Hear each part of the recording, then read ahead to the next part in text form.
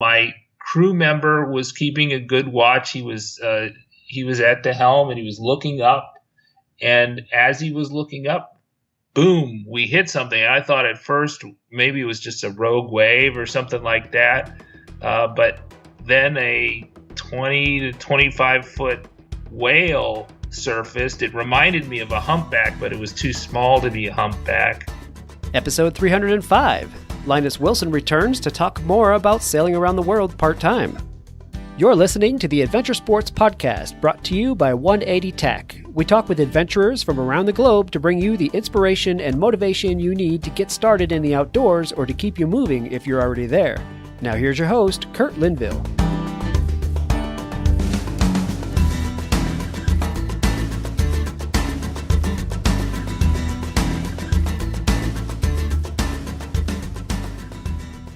Before we start today's show, I wanted to give you an update that we received from Nate Marr with Marauder Sailing in Vieques, Puerto Rico. Nate was on the show back in episode 172, and wanted to let you know Vieques did get hit pretty hard by Hurricane Irma. It wasn't the direct hit that they were nervous about, but they still got hit pretty hard. And Nate tells us that he is fine, his crew is fine, and his boat is fine, which is all great news. But Vieques got hit hard enough that people there really do need help. He reports that the average annual income on Vieques is only $15,000 a year, and that many of the people there couldn't prepare for the hurricane because they couldn't even afford to go buy extra groceries. So now they're really hurting. So Nate has set up a GoFundMe campaign to try to help out the people of Vieques. And you can find that at gofundme.com/help Vieques after Irma. And Vieques is spelled Vieques. That's Help Vieques After Irma. And if you go to the adventuresportspodcast.com and today's show, then we'll have that link there for you, so you can just click it. But you can also go to GoFundMe and search for Help Vieques After Irma. What's cool about this, Nate says that 100% of the money donated will go to help the people of Vieques, and that every dollar will be documented with how the person was helped and who was helped by these funds. And Marauder Sailing Charters is going to match the first $5,000 donated. So if you want to help out the people in Vieques, you can do that by taking part in this GoFundMe campaign. You know, Florida was hit really hard. Our people here need help too, but the people in Vieques are also our people. So if you want to contribute, then that'd be a cool thing to do. So if you want to learn more about Nate Marr and Marauder Sailing Charters, go to episode 172. And if you would like to help out the people at Vieques, then just take part in this campaign. Thanks a lot, and now on with the show. Hello, friends. Thank you again for listening to the Adventure Sports Podcast today. I have returning guest Linus Wilson with us. Linus has been on the show a couple of times, and the reason is that he is in the middle of what he calls part-time sailing around the world, and we like to catch up with him about once a year and find out where he went and what he did on his ongoing journey, his ongoing saga around the planet by sailboat. He has a unique approach to doing this. It just makes a lot of sense. So we're going to find out how the last leg of his journey went. Linus, welcome to the program. Thanks, Kurt. Well, it's always fun to have you on. We've enjoyed your shows quite a lot. And I'm going to give a brief history. Maybe you can fill in some of the gaps. But you fell in love with sailing pretty much because of a volcanic eruption in Iceland. So that's always a good way to start. You got a boat in Louisiana, where you are a professor at the University of Louisiana, a finance professor. And you sailed that boat around to Florida, eventually to the Bahamas. And then you did another leg where you went by Cuba and then all the way down to Panama, went through the canal and ended up dry docked in Ecuador. And your most recent leg took you to Tahiti, a big jump across the Pacific. And you've had tons of adventures along the way. So what did I leave out that was critical there? I think you got it all. Okay. Well, it's testing my memory, but I'm glad that I remembered. So tell for our listeners who didn't hear the previous episodes, which, by the way, if you go to adventuresportspodcast.com, you can find the previous episodes with Linus to get all the details from the previous legs of his journey. But your approach to sailing around the world is kind of unique in that you are trying to avoid the storm seasons and make it work in with your teaching schedule. And I think it's so cool because you don't have to quit your job to do it, and you're also avoiding some of the biggest pitfalls for most cruisers. So explain that to us. How does that work? So the idea is that if you keep on going in one direction, eventually you'll go around the world. And so the best way to do that is not to quit your job, because it's really expensive it's really hard not to have a job and support yourself. So most people don't have that big a nest egg. So it's nice to keep your job and be able to support your sailing part of the year. In the Southern Hemisphere, the winters are in the Northern Hemisphere summers, and the winter time in the tropics is the season where people sail, and that's the season that's free from tropical storms. And so, the plan is to not sail during tropical storm seasons. And if I sail during my North American summers, then I can sail in the prime cruising seasons for the South Pacific and Indian Oceans. So your goal was to hightail it farther south quickly so that then you could take advantage of your summer breaks from work to do more of your sailing in the winter south of the equator. That's right. Awesome. And you also do some sailing during your winter breaks, I understand. Well, that was that was not planned, but it was, necessity is the mother of invention, right? That type of thing. Right. So the plan was to keep it in Ecuador for a year. And in Ecuador, you have to get a customs extension. So you get 3 months to keep your boat in Ecuador, and then you have to apply to customs. And I had an agent, and she assured me that I could get 9-month extension, but she got me a 6-month extension. She did believe that I could get another extension, but I was not totally convinced, since she was very convinced that we get a 9-month extension. So I was worried that we wouldn't get the extension, and I would have to move my boat out of Ecuador in April 2016 while I was still teaching. And I thought it was better just to cross the Eastern Pacific 3,500 nautical miles in the month of December 2015. So that means that you did have to cross during what could have been storm season. Well, that's not true. So in the Eastern South Pacific, there is no tropical storm season. Okay. There are no tropical storms. I think it has to do with the Humboldt current. It makes the waters really cold. And so that part of the ocean you can sail all year round. It's also true in the South Atlantic, you can sail all year round. But in the Western South Pacific, that would have been the tropical storm season, but I wasn't in the Western South Pacific. I was in the Eastern South Pacific. All right. Well, I think the main takeaway here is that you've done your homework and you figured out a way to avoid the storm seasons and make it work with your employment, which I think is really cool because that is a big challenge, like you said. Everybody who loves adventure sports has to manage their time around their income producing time, right? And so I think that different people have tried different things, and I'm always curious each person's take on that because it gives other people ideas about how they could do something similar. Because if you love adventure and you love spending time doing an adventure sport, some of these things like world travel, sailing, cruising, a lot of things take a substantial amount of time. Some people take a leave of absence from work. Some people save up as much money as they can and just, really live as inexpensively as they can so that they can have extended adventures. And it's always fascinating to find out each person's angle. So your angle works out really well. So if you're a teacher or a professor, especially, that can work really well for cruising south of the equator might be the way to say it, huh? Sure, yeah. I think it's also potentially farmers, potentially business owners. It just depends on the individual, how they want to structure things.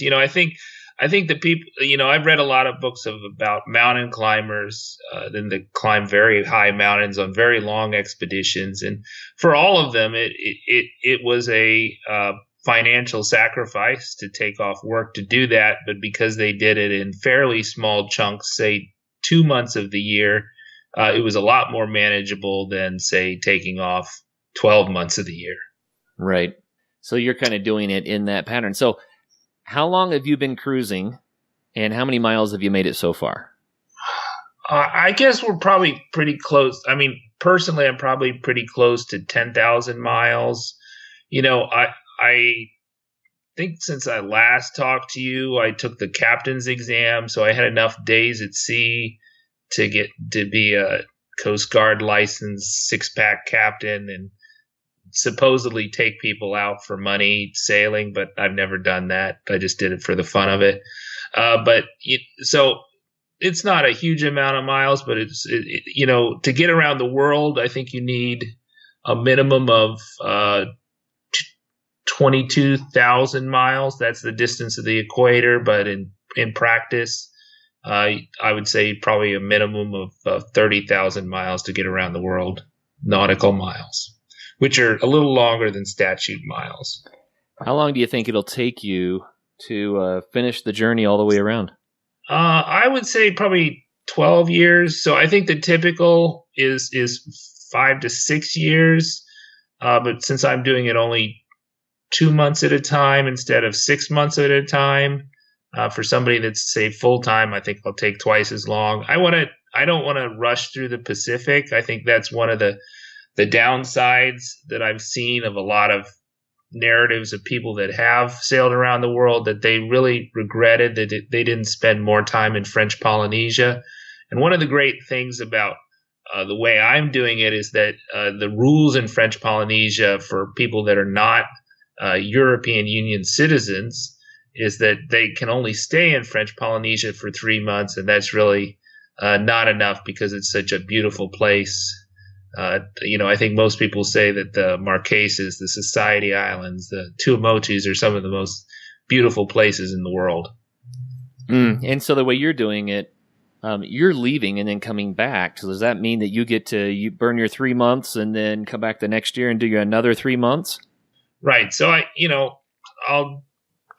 I've used up 3 months. You take 6 months off and then you get another 3 months. And so next summer I'll get another potentially 3 months. I won't spend it all, but I'll get to spend more time in French Polynesia than your typical cruiser who's also rushing across the Pacific because of the hurricane seasons. And so they need to get to some sort of place where they feel comfortable for the cyclone seasons.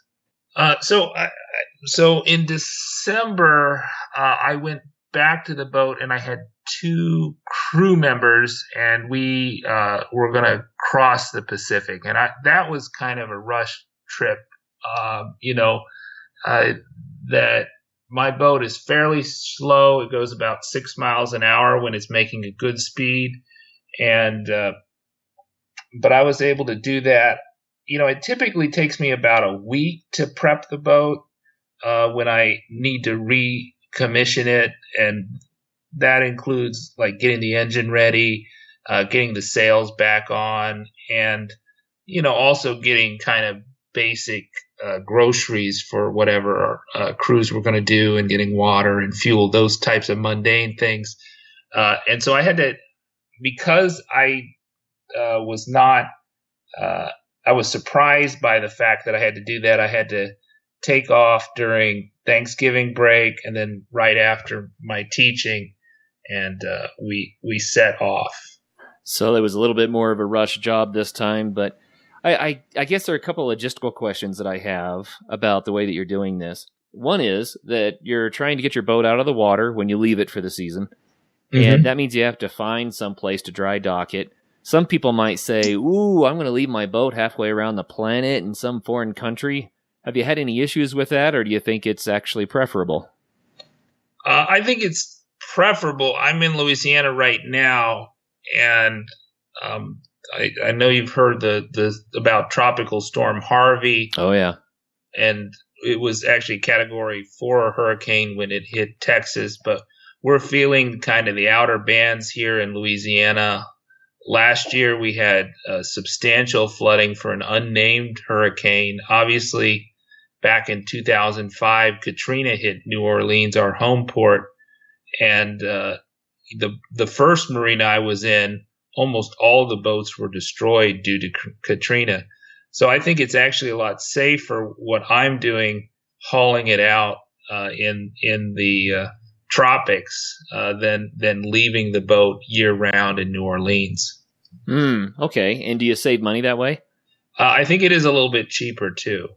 I think it cost me about $300 a month here in French Polynesia, and I think that's pretty standard. It was fairly expensive in Ecuador, but there really weren't any facilities, comparable facilities there. There's facilities in Tonga and Fiji and New Caledonia and, of course, Australia. So you can get very far on. And if you want to go to New Zealand, you can go to New Zealand, although I recommend people avoid New Zealand in my book. Okay. Why is that? Why do you want to avoid New Zealand? Because New Zealand has a lot of gales that are between New Zealand and the tropics. And so most cruisers have their worst passages between New Zealand. It's also way out of your way. So you're really going into the higher latitudes out of your way when you stop in New Zealand. So it's a beautiful country to visit, and I recommend people visit there, fly there. I just don't recommend they take their boat there. Ah, gotcha. Okay. Well, something else about the way that you approach sailing that I liked was that, when you first started going through the coast of the Gulf of Mexico, you could actually stay within sight of land and go from port to port and do things kind of in a well, I'm learning how to do this fashion that really worked. I remember in your first book talking about cutting over the Bahamas, choosing the right time and the right way to do that was a big deal, But now you've not made just the little, 90-mile jump to the Bahamas. You've gone across the Pacific. So my point is that little by little, you're taking bigger and bigger chunks in cruising and learning more and more about how to do it safely and responsibly. And it allowed you to build your skill set as you journeyed. Yeah, I think that's true. I also think, the Gulf Stream is a very dangerous spot of water. It's important to be very careful when you're crossing the Gulf Stream, which runs along Florida's coast. And so you do have to be very careful. If I were there again, trying to go to the Bahamas or going to Cuba, I'd be very careful. And I was very careful on the Cuba trip to pick my window across the Gulf Stream. And you could really tell the difference in the waves, even on a calm day, when you're in the Gulf Stream versus when you're not. Well, and in small boat sailing, when you're going along at, like you said, you got about 6 miles per hour, some of these currents can really push you around. Yeah, the nice thing about the Pacific crossing was that you had favorable currents most of the way. And so it was a really fast in terms of the average miles because you had a favorable current about 1 knot. And you also had the wind and waves pushing you all in the right direction. And that was really a first for me. It was in part, it was a learning experience because I didn't have a lot of experience with dead downwind sailing. And, that's something that we're going to go through in the YouTube series. We have a monthly vlog that details our adventures on youtube.com/slowboatsailing, the Slowboat Sailing channel. And one of them talks about all the downwind sail combinations we tried. And it's actually very challenging to go dead downwind because the mainsail wants to go back and forth, and you have to be kind of set up for that, and a lot of people will try to avoid going dead downwind, but we didn't have that luxury because we needed to make the miles, and so we did it, and none of the sails broke, at least. Well, I've heard, not that I would know, I've only done a little bit of sailing, Linus, but I've heard that when you're going downwind like that, it can also be frustrating because the boat doesn't behave as well. There's nothing pushing it to hold it in a regular position, so it rocks back and forth more and that sort of thing, which can be frustrating. Yeah, I think it can be harder on the steerer, especially if the sails aren't well balanced. I think especially like late in the trip, I wanted to slow the boat down, so we arrived at daytime instead of at nighttime, because it's a lot safer to go into an unfamiliar port during daytime when you can see things than at nighttime when you can't. And, our autopilot failed the last night, and it failed midway through the trip right after we hit the whale. We had a spare autopilot, but we didn't have two spares, and so we hand steered the last day. Okay, well, you just mentioned hit the whale. I'm sure everyone said, what? He just said that in passing, but that's something to talk about. So tell us that story. So we were about mid-Pacific. We were 1,800 miles from our last port in La Libertad, Ecuador, and we were 1,700 miles from our next port in Hivao in the Marquesas, and the closest piece of land to us was 1,000 miles away in the Galapagos, and that was upwind. That's a pretty good swim. Right, so that's a long ways to swim.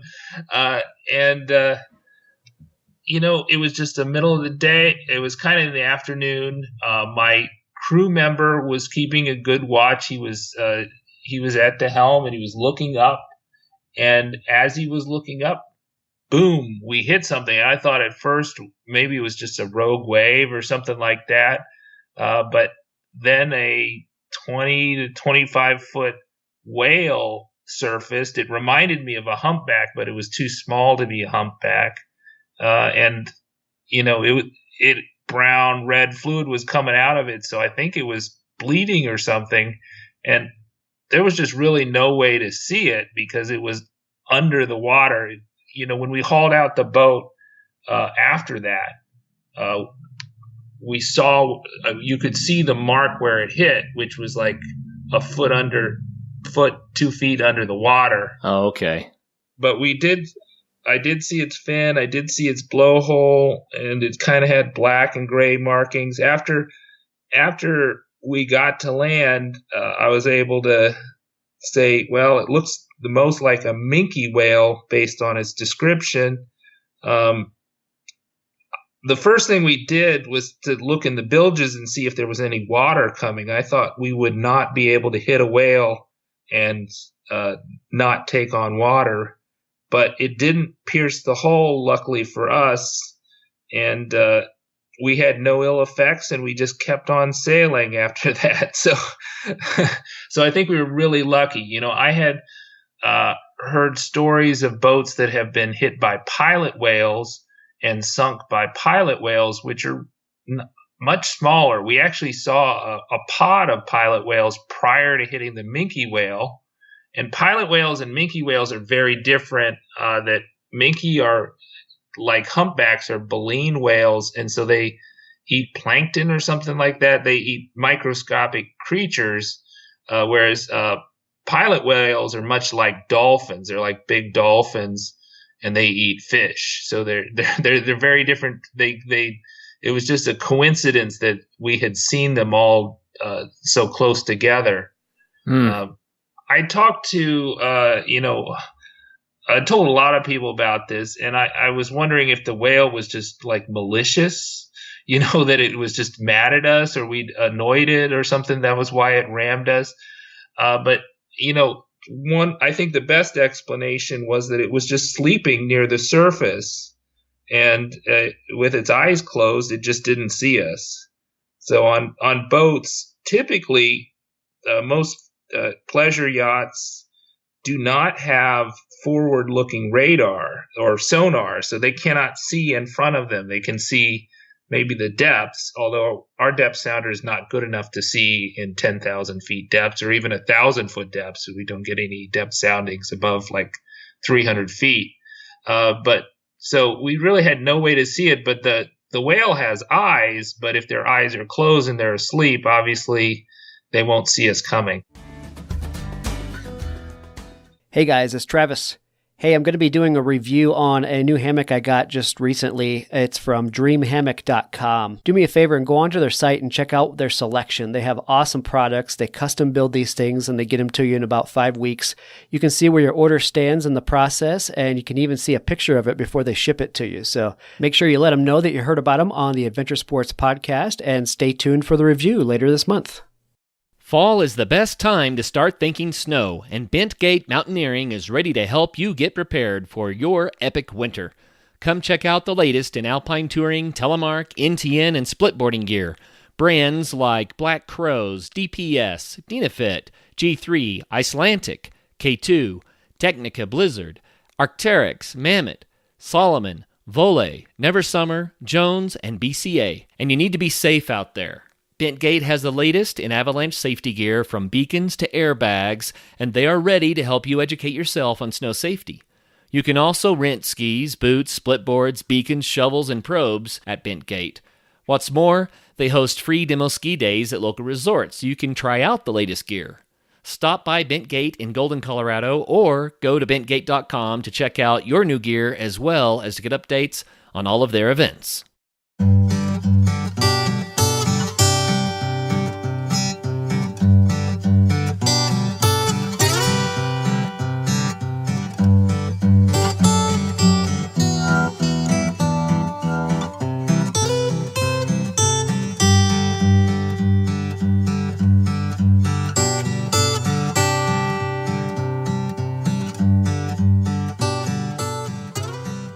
I was going to ask, how common is this? I mean, that's a really big body of water.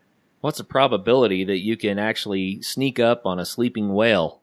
Yeah, I was asking that of a whale expert who's a man who's American who lives in French Polynesia now, and he got his PhD from Berkeley in marine biology, and he gives whale and dolphin tours there in Moorea next to Tahiti. And he said that he thinks that sailboats get hit by whales because they're not noisy. Right. And that other boats wake up whales, but sailboats, because they're so quiet, just sneak up on them. But obviously it's not very common, and where I was not a place that is known for having a lot of whales in the water. It was just really in the middle of nowhere. There was a lot of whale activity there. I don't know. At the time, there was a Japanese fishing boat, which we were able to see on our AIS. So that's the automatic identification system. And so a lot of sailboats and yachts now will have AIS because it's so inexpensive. And you can see up to 25 miles boats that send out a signal. And so after we hit the whale, we sent out a VHF call, because they were in VHF range, to a fishing boat, a large, like 100-foot Japanese fishing boat. So it's possible they were tracking the whales kind of illegally, but maybe they were just fishing for other things. I don't know. If there was a big pod of pilot whales, there were probably a lot of fish around. So they could have been fishing for anything. So, but the baleen whale, I don't know why they would be in any particular place. So right, and we've heard of multiple accounts of like orca striking a small sailboat and sinking it. It's not that it's common, but it has happened, and there have been crazy stories about people surviving such things as that. So I guess it's kind of like sharks. It's very, very rare that a shark attacks a person, but it's still, when it happens, it makes people take pause about getting in the water, because that's a really scary thought, right? And I think for a cruiser, having a whale strike, again, very, very rare, but boy, when it happens, it can be bad. Yeah, I don't know what the frequency is. I think it's fairly high. I don't think it's 1 in a million. It might be 1 in 10,000, might be 1 in 1,000, but I don't have any stats for that. I mean, given that you spent 20,000 miles on the water. So, I mean, there have been instances of, like sailboat races where they hit whales and things like that. I think one of the best defenses that you have for that is having a boat that protects its rudders, right? So our rudder is protected by its keel. And so I think typically I think the biggest damage is like keels come off for reasons, or not keels, but the rudders come off and they lose their steering, and that happens a lot with racing boats that don't have protected rudders. Right, I could see that. And so I think that was one of the things in our favor, that we had that full keel that protected the sailboat, even though it didn't. It conceivably, had we had an unprotected rudder, the whale could have hit that. Right, right. Speaking of the boat, I'm sure that there are other sailors out there saying, well, what kind of a boat is this? They're going to want to know the details, so fill us in. What are you sailing out there? I sail an Island Packet 31 sailboat. So those are very sturdy cruising boats. The hulls are thicker than I thought they were after the hit. That's probably good. Yeah, I think it's a sturdy boat, but I wouldn't want to hit another whale and see if it did well. So is it sloop rigged? It is a sloop rig, so it only has one sail in the front. And are you pleased with that rig? Has it turned out to be the right one for you? Yeah, I guess it is. I like the rig. With the downwind sailing, it might be nice to have an inner forestay, because then you can go wing and wing easily, and then you could reef easily. And so I think in maybe the 4th episode of the season, which will probably come out in November, I'll talk more about that. But we were trying downwind sailing combinations of like wing and wing, where we had a pole and we had the Genoa, and then we would put out the asymmetrical spinnaker. And so I think one of the nice things of having a cutter rig with 2 foresails is that you can reef both if you have a furling inner forestay, then you can reef both of the foresails from the cockpit, whereas with a asymmetrical spinnaker, you just have to take it down if the winds get too high. And we'll show in the YouTube vlog, some instances where we had to take a hammer to bring down the asymmetrical spinnaker, because the cleat jammed and it didn't want to go down, and the sock wouldn't work. So there's a dowsing sock that many spinnakers have, which are big balloon sails. They're like parachutes, and sometimes those socks will work, and sometimes they'll jam, and they jammed for us when we wanted to take it down. So that's the benefit, I would say, of having an inner forestay and maybe a furling inner foresail. Interesting. Yeah, I don't know a ton about the different types of rigging, but it makes sense what you're saying there. And I know that different people wrestle with which kind of a boat that they want. It's probably kind of like having the perfect motorcycle for all conditions. That doesn't exist. You know what I mean? You're going to have the bike that's excellent on the street, or you're going to have the bike that's excellent in the dirt. You try to get a bike that is excellent at both, and you'll never get there. Boats are probably the same way. It would be my guess, is that you try different rigs, and they are all going to have their limitations and their advantages. So, but you're pretty pleased with yours right now. Yeah, I am. I think we would have, had I waited another year, I probably would have put in an inner forestay, which I could put a sail in. I'm not sure that I would have put in a furling one.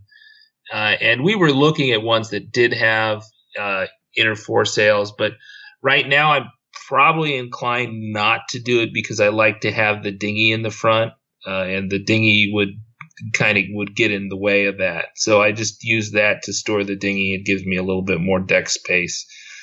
So I'm not sure. Maybe if I do a few more downwind passages, I'll decide that it's worth it to take the time.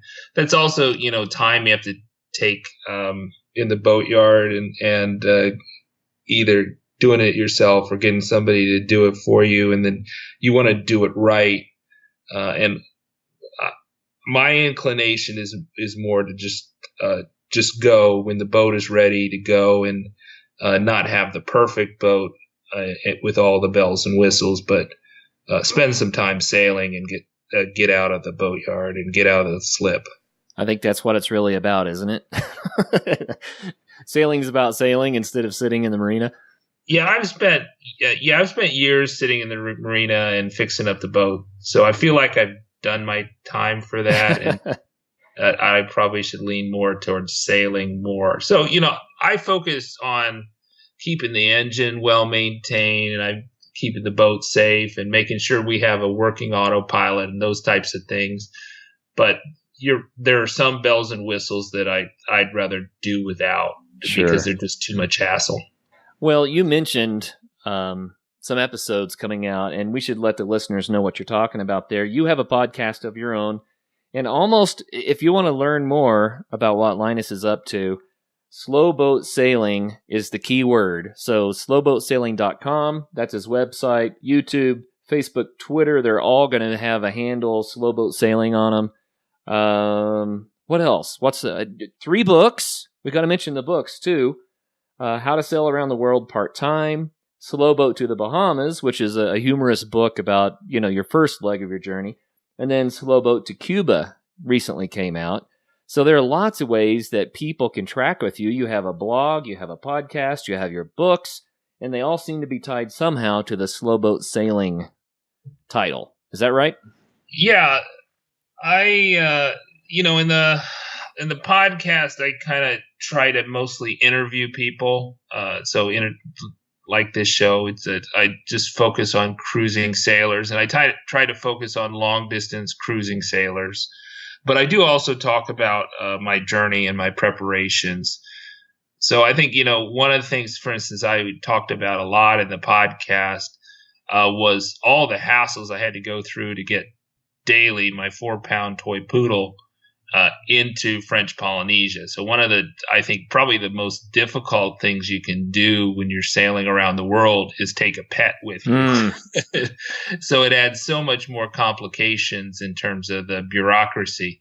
So that's kind of one of the topics that sometimes comes up. Oh, that's funny. A lot of people would be saying, well, you've got navigation, you have to learn how to sail, you've got all the boat maintenance, you have, visas and passports and all the different customs rules for boats. And then in the bottom line is, it's the dog that's the most trouble. Yeah, I would say, the most difficult things are the customs, visa, government stuff, and the sailing is less difficult.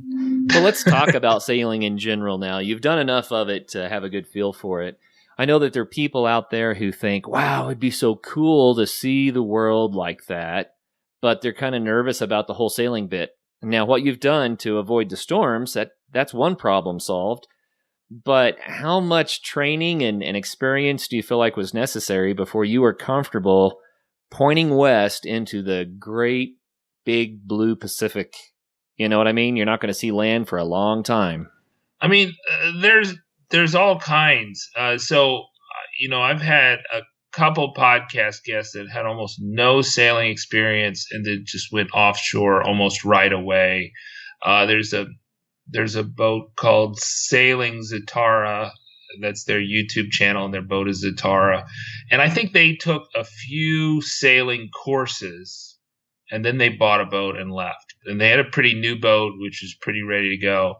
I interviewed a guy, Tyler Brandt, who's a real adventure sport guy that you should talk to because he's got like the world record for kayaking off a waterfall, right? So he's a big time kayaker, and he's also had a sailboat, and he sailed around the world. He just finished the circumnavigation in 5 years. Actually, the only person I interviewed on the podcast that I've broadcast so far that has finished the circumnavigation. And he had no sailing experience. He did take a captain with him on the offshore passage to the Marquesas. So he left from like La Paz, Mexico, and that was like his home port, and went offshore right away. And he did have a captain on board to teach him how to sail. And then after that, he didn't have a captain on board, and he was the skipper of the boat. He was the captain. So it's possible to have no sailing experience, no experience fixing a boat, and just go. But there are also lots of people that have tons of sailing experience. I talked to a guy whose channel is called Sailing Yacht Zero, and he's been sailing since he's like 4 years old, and he's a tremendous sailor, and he was so good that he lost his rudder and was able to sail across the Pacific without a rudder. Wow. So I mean, it depends on the individual, but I think the thinking is that you have to have so much to go out and do it. I don't think you do. Well, I know that there's so many question marks that pop up in my mind when I think about, especially the open water sailing. Just so many things. You know, you got to be able to take care of yourself out there, and I think about the proficiencies that would be wise to have, right? But I think more than anything else, it's the unknown that's intimidating. It's like, what might happen that I can't even think about now? You know what I mean? I mean, I think you try to think about all the things that could go wrong. I'm a real big preparer, right? So I do read a lot, and I listen to people's stories and find out what went wrong. I think the big things that go wrong is that you push the boat too hard and you rip a sail, or you have autopilot problems offshore. That's usually the hardest thing. So I met a couple in Hivoa that had to hand steer almost the whole passage, and it was just an ordeal. And they had just really it shaped their whole outlook for their whole French Polynesian cruise. They spent most of their French Polynesian cruise like waiting for parts and in a boatyard instead of cruising around, because they were so shell shocked and they were not prepared for the autopilot failure. So I think that those are kind of some of the big things. You need to reduce sail when the winds pipe up, and you want to make sure you have backup systems for the self-steering, because that can drain energy. I also think if you're doing a 3-week passage, if you can, you should have 3 people doing the watch instead of just a couple. I think it's a good idea for couples to take on an extra person if you're going to have a multi-week passage. But I would say most couples don't do that. So it's up to I can see how exhausting it would be, even if everything goes well, how exhausting it could be. But if something goes wrong, ooh, man, just 2 people, that could be rough. Right, exactly. So when you have that autopilot failure, for example, you need somebody to work on the autopilot, and then you need some people to steer. So it was so nice when I was not able to fix the autopilot. I was able to fix it the first time, but the second time I was not able to fix it. It was so nice that I had 2 crew members that could keep watch, and they could keep watch. 2 crew members can keep watch almost indefinitely, and that I could take myself out of the watch system to prepare us for going into port.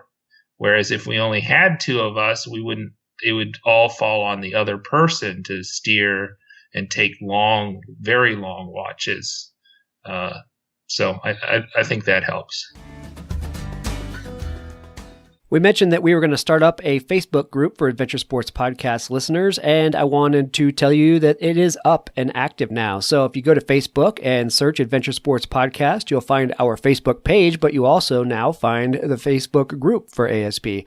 We'd love for all you guys to jump on there and talk adventure and help each other out, maybe give some guidance and share some of the things that you guys have done. So do me a favor, go to the group, sign up, and let's chat. Kurt and I will be in there from time to time, and we want to get to know you guys. So we'll also be sending out a notice to everybody that subscribes to our mailing list, so you guys will get that link as well. Thanks for listening to the show and being awesome adventurers. The Bearline Plus by 180 TAC is the handiest Bearline utility cord system you can find. This is not your typical Bearline. Our lightweight cord system is designed to be compact, lightweight, frictionless, and very versatile. Don't risk losing your dinner. Hang it the right way. The Bearline Plus is designed to suspend food between two trees up to 40 feet apart and 15 feet above the ground with much less effort than other Bearlines. Not only does the Bearline Plus keep your food away from bears, it is designed to be useful for many other needs, including a motorcycle and ATV recovery system, tie-downs, straps, backpack repair, guy lines for tarp or tent, a tow line, block and tackle, and much, much more. Find your Bearline Plus at 180tac.com or retailers near you.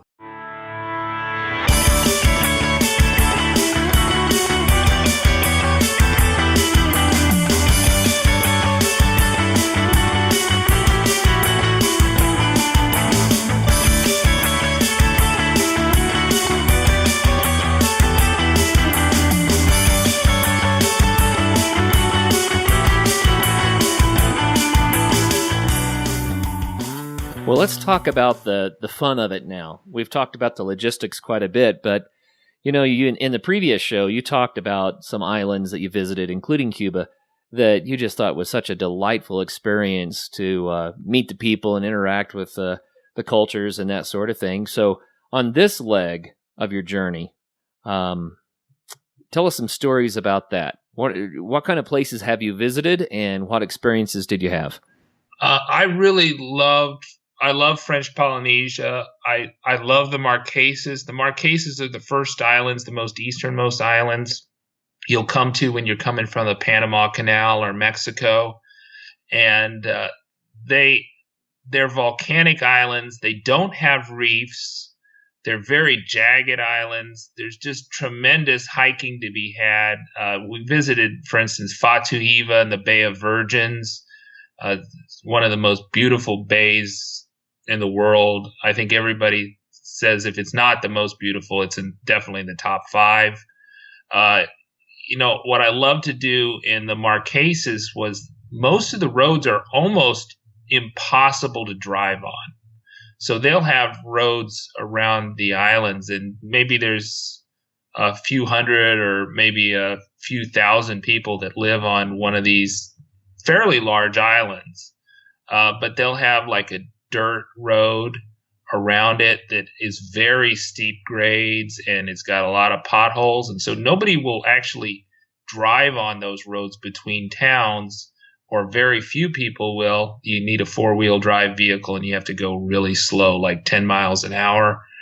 And that is really an automatic great hiking situation because you have tremendous views of like windswept coastlines. So I'd love to hike just on the unpaved, but the main roads in the Marquesas, and I think that's an obvious one. There's a lot of waterfall hikes to be done in the Marquesas. So in Fatu Hiva, which doesn't have an airport, and you can only get there by boat. But also in Nuka Hiva, there's a lot of waterfall hikes, or in Wapu. Wapu is famous for its jagged rocks, and so rock climbers just dream about going to Wapu.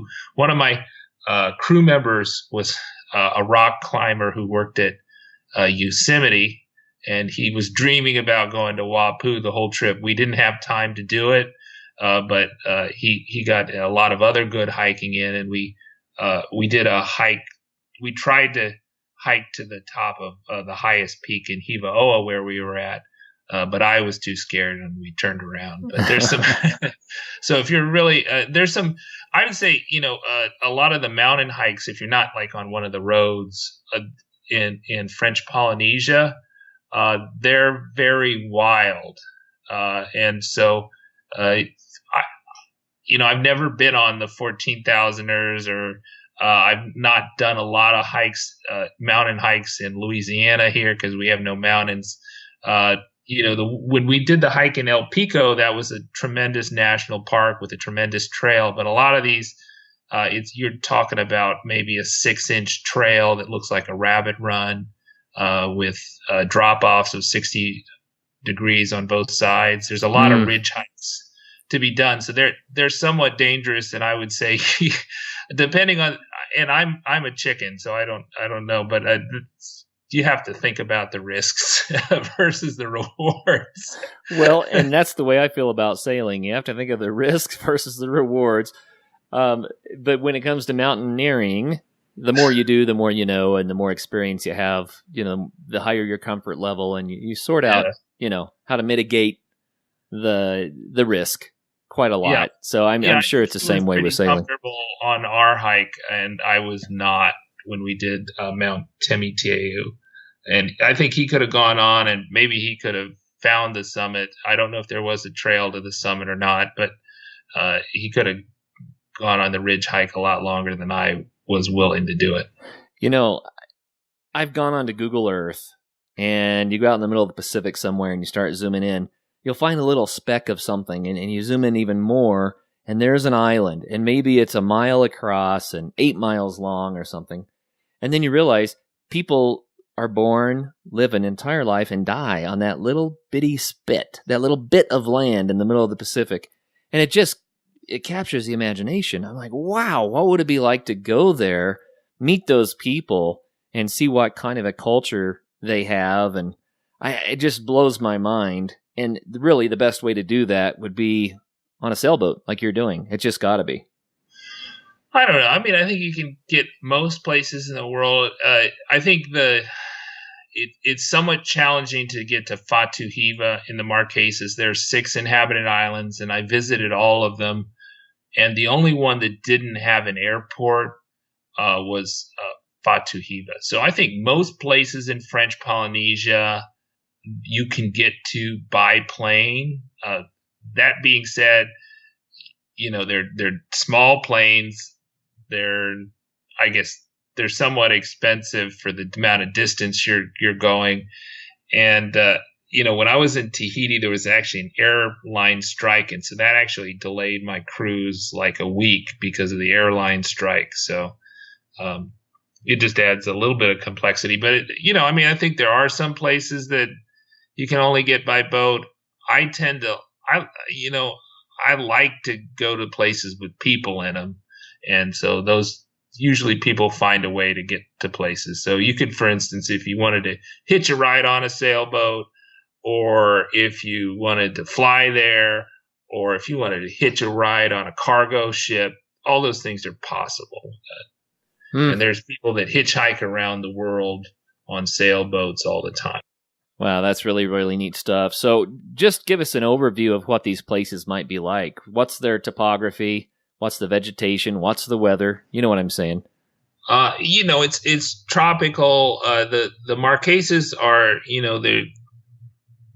I would say kind of a little bit jungly, but not too much.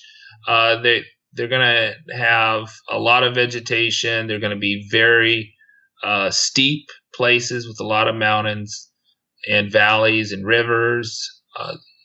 If you go to the Marquesas are kind of the youngest islands in French Polynesia. The other place that a lot of people stop when they're doing the Pacific puddle jump or the coconut milk run is in the Tuamotus. Tuamotus are very different. So the diving is not so great in the Marquesas because the rivers kind of muddy the waters. But in the Tuamotus, they're atolls, and so they have very clear waters, great diving. So my crew member dove with the sharks in Fakarava, and we're going to have great pictures of that on the Slow Boat Sailing YouTube channel. But I'm a chicken. I don't like to swim with sharks. And then if you're talking about the Society Islands, they're kind of the oldest ones are the Tuamotus. Those are volcanic islands that have fallen back into the sea. And the Society Islands, where Tahiti is, they are halfway between the Marquesas and the Tuamotus. That they have reefs around them, and they have some great diving and snorkeling. But they also have those jagged high mountains, and actually they have the highest mountains on Tahiti of all of French Polynesia, which are not terribly high, but they're over over 1,000 meters, I think. Wow, that's substantial. 2,000 meters is the biggest one, but I think there's a lot of peaks that are not climbed in French Polynesia. So if you're really an eager person and kind of more experienced, more into it than I am, I think there's a lot of uncharted territory. Well, I have to ask.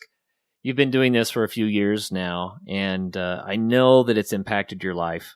And I have to ask, when you decided I'm gonna go around the world, why not? Has it turned out like you expected, and what have the life impacts been for you? I don't know. I enjoy it. I think it's a lot of fun. It's a pastime. It gets you out of the house. It gets you into the elements. I always have been a runner. And so I guess I was always doing kind of outdoor type sports with that. But you spend more time outdoors when you're sailing. Yeah, no doubt about that.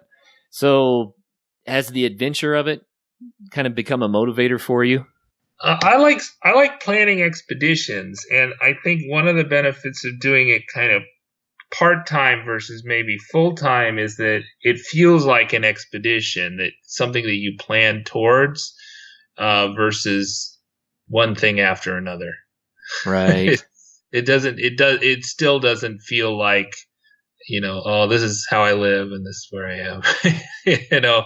Travel experts have been saying lately that, if you're going to go on a trip, it just makes an awful lot of sense to plan the one after the trip you're getting ready to go on. Because when you come back, it's kind of like, oh, it's all over, And they're saying you should always have something to look forward to. And it sounds like you do, because, you've got a long journey ahead of you to get to circumnavigate the planet. So every time you finish a leg of the journey, you always have the next leg.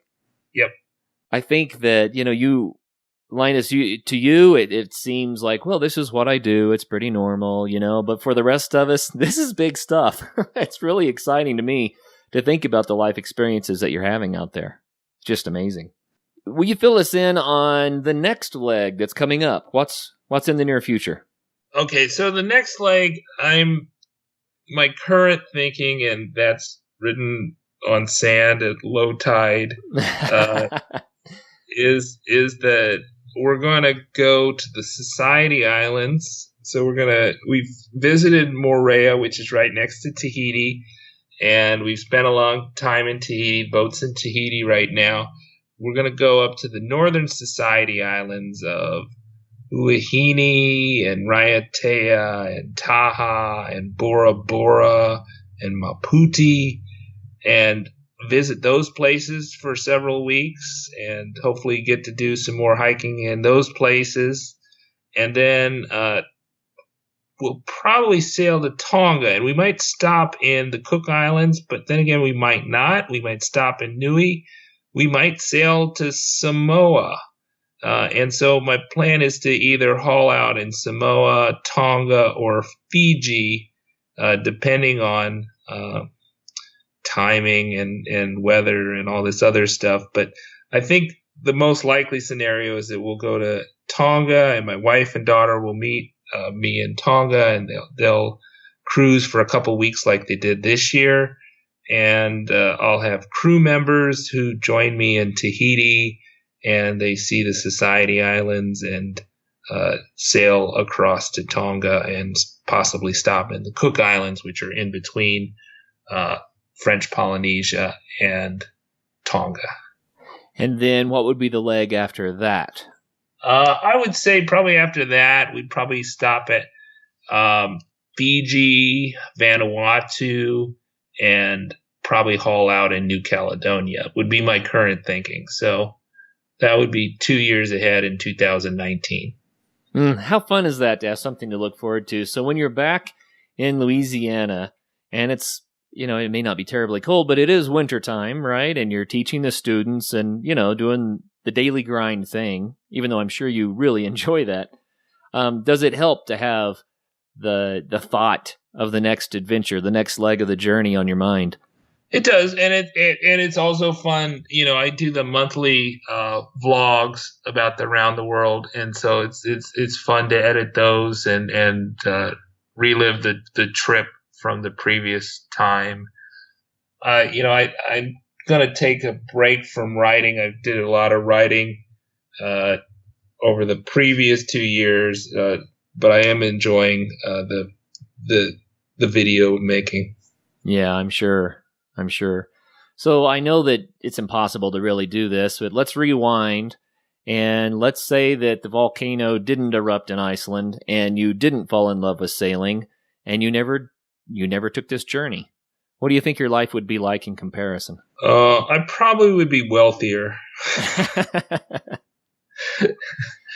So I don't know. Maybe I would have took up something else. I'm not sure. Well, speaking as a professor of finance, that kind of makes sense. That might be your first response, huh? Yeah, it's sailing's not good for your wealth, but it may be good for your health.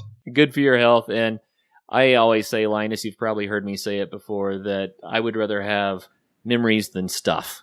And exactly. I think that the wealth of memories that you're accumulating is amazing. I mean, that's riches that, you can't put a price on right there. So really, really cool. Well, Linus, you know what? We're running out of time. It's been really fun to catch up with you and to hear how your journey is continuing and to give people another taste of your ongoing saga. And again, if people want to find you, they should just Google slow boat sailing, and they're going to find you in a half a dozen different ways. But will you close this out with just maybe telling us a story about an experience that you had on this leg that you kind of stands out in your mind, a memory like we were talking about that you're going to hang on to for the rest of your life? Yeah, I really liked the visit to Fatu Hiva. The Fatu Hiva there's a book by Thor Heyerdahl, which you might want to read, and it talks about how he camped out in Fatu Hiva, and it just kind of really helped make that place a kind of a magical place in a lot of outdoor adventurers' minds. You have a bay which is actually a really difficult bay to anchor in. They have just really big winds blowing through that bay, say storm force winds, because of the mountains and the pressure gradients and stuff like that. And it's a fairly deep anchorage and fairly small anchorage, and it's fairly crowded because people just love it's so beautiful. And I just loved the experience of being there in the small town of Hanavave and meeting the people and going on the waterfall hike and going on the mountain hikes. I thought that was super cool. I enjoyed the hike we did. I paid somebody to drive me to the next town, and then I walked back, and I thought that was a great experience.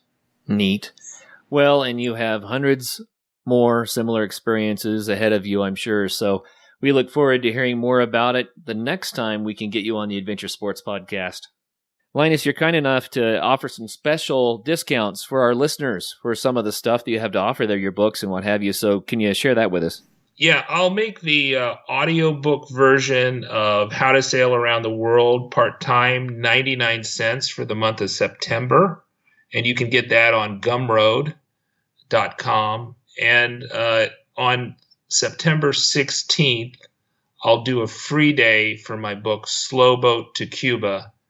So your listeners can get the ebook version for free. The audiobook version of How to Sail Around the World part-time sells for $9.99 on iTunes, but I can give you 90% off on Gumroad in the month of September. Wow, thank you. That's really cool. We appreciate that. Okay. It was great to be on. Thanks a lot. Oh, thank you, Linus. Keep up the good work. All right. And for all of our listeners out there, until the next show, make sure that you're chasing your dreams, that you're planning for that next adventure, and get out there and have some fun. Coming up on Monday's episode, Phoebe Smith is here to talk about extreme sleeping in unusual places. You're not going to want to miss that one. Until then, get out and have some fun.